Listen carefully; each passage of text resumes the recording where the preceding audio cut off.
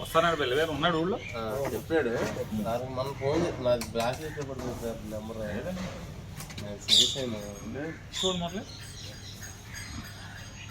చూడు చూస్తాను కోడుకో మా కష్టాలు వాళ్ళని కూడా కూర్చోబెట్టి ఇలా ఇలా చేసుకున్నా అని చెప్పాలి కదా. చెప్పకపోతే అదే సార్ ఈ క్లీన్ చేస్తారు ఏమున్నాయి చెప్పాలి కదా. మళ్ళీ మన తగ్గు లేకుండా అయిపోతుంది కదా. ఒక చోట కలిసి బతుకుతా ఇన్నేళ్ళు బతికి నేను అసలు ఎంతో గౌరవంగా ఉంటాను సార్. నన్నే ఎంత ప్రసాద్ ప్రసాద్ కూడా ఏం లేదు సార్ చెప్పుకోలేదు.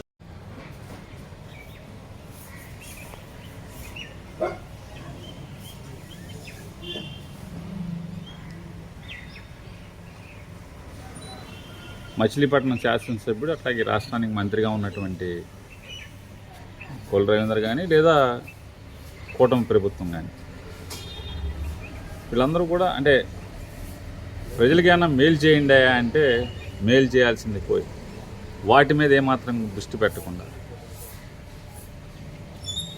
రోజు వ్యవస్థ మొత్తాన్ని ప్రజల ఓటు ద్వారా వాళ్ళకు వచ్చిన అధికారాన్ని కానీ వ్యవస్థను కానీ వేధింపులు తప్పితే ఇంకొక దానికి ప్రజల కోసం వేసమెత్తు కూడా వీళ్ళు వాడకుండా దానిలో భాగంగానే మీరు అడిగినట్టుగా ఈరోజు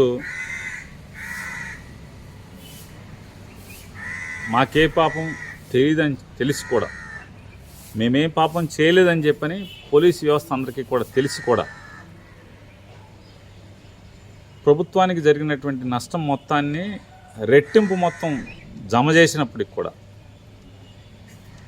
ఇవాళ నా భార్య శ్రీమతి పేరుని జయసుధా గారిని జిల్లా కోర్టులో ఇచ్చినటువంటి బెయిల్ ఏదైతే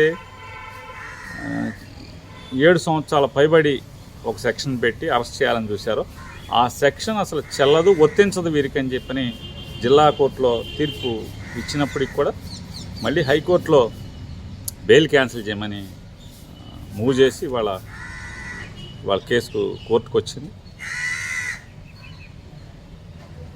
ఈ కేసు ఏంటంటే అంటే ప్రభుత్వంలో అందరూ కానీ లేదా అధికారులు కానీ ఆశ్చర్యపోయేది కానీ మీడియా ద్వారా ప్రజలకు కూడా నేను వాళ్ళని ప్రశ్నిస్తున్నాను. ఆంధ్రప్రదేశ్ రాష్ట్రంలో సివిల్ సప్లైస్ శాఖ ఏర్పడిన దగ్గర నుంచి ఇంతవరకు అంటే డిసెంబర్లో మా మీద కేసు నమోదు చేశారు. అప్పుడు కానీ లేదా ఇప్పటి వరకు కానీ మా తర్వాత కానీ ఒక్క క్రిమినల్ కేసు అనేది మా మీద తప్పితే మా కుటుంబం మీద తప్పితే మా భార్యాభర్తల మీద తప్పితే ఇంతవరకు ఒక క్రిమినల్ కేసు ఎవరి మీద కట్టలేదు. రెండవది సాక్షాత్తు సివిల్ సప్లైస్ శాఖ మంత్రి వెళ్ళి 22,000 టన్నులు పట్టుకున్నాను అని చెప్పని గోడౌన్లు సీజ్ ద గోడౌన్స్ అని చెప్పి పెద్ద పెద్ద రంకులు వేసినప్పటికి కూడా వాళ్ళెవరి మీద క్రిమినల్ కేసు లేదు. అందరి మీద 6A కేసే. తర్వాత చాలా జరుగుతున్నాయి, అన్నీ 6A కేసులే. క్రిమినల్ కేసు నాకు ముందు కానీ నా తర్వాత కానీ ఒక్కరి మీద కూడా క్రిమినల్ కేసు సివిల్ సప్లైస్లో లేదు అంటే దాన్ని బట్టి వీళ్ళ పోకడ ఎట్లా ఉంది, వీళ్ళ దిగజారుడితనం ఎట్లా ఉందో కూడా ప్రజలు గమనిస్తున్నారని చెప్పని చెప్తూ ఇంకోటి కూడా వాళ్ళకి హెచ్చరిక చేయదలుచుకున్నాం, లేకపోతే చెప్పదలుచుకున్నాం. నన్ను నా భార్యని కొడుకుని మీరు వేధించినా మానసికంగా ఒత్తిడి చేసినా మమ్మల్ని జైల్లో పెట్టినా నా భార్య కూడా ఒకటే చెప్తుంది, అవసరమైతే మనం జైలుకి వెళ్దాం, న్యాయం జరుగుద్దని నమ్మకం ఉంది, లేదంటే వాళ్ళ వేధింపులే వాళ్ళ పై చేయి సాధిస్తే ఖచ్చితంగా జైలు నుంచే వద్దాం. కానీ పొరపాటును కూడా జగన్మోహన్ రెడ్డి గారిని వదిలేదు లేదు, వైఎస్ఆర్ కాంగ్రెస్ పార్టీ నుంచి తప్పుకునే లేదు, మీ తప్పుల్ని మీ పాపాలని కడగటం మానేది లేదు.